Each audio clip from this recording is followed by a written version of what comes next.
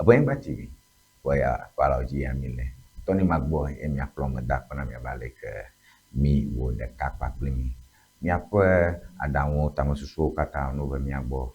Mi ameke mi anko sam le Facebook. Mi akhle mi atogba na wona do akpama mi anko yoge mi ashanya ke mi blona mi edit gele ya oji ya fala oji ke mi atando message nam to la WhatsApp ji number ke zake mi ala nye +233 242 670 773 +233 242 670 773.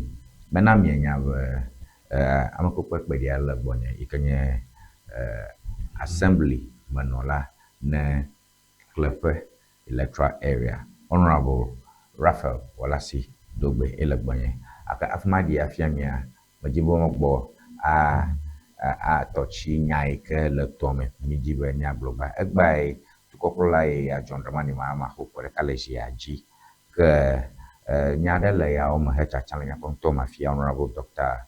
Robert Kofido ikanya gbono glan chichire ka le Ho Central Constituency NDC amwe ngolo na gbalade ikakakare ya omwe ebe 1 year of President Mahama resetting, rebuilding, renewing.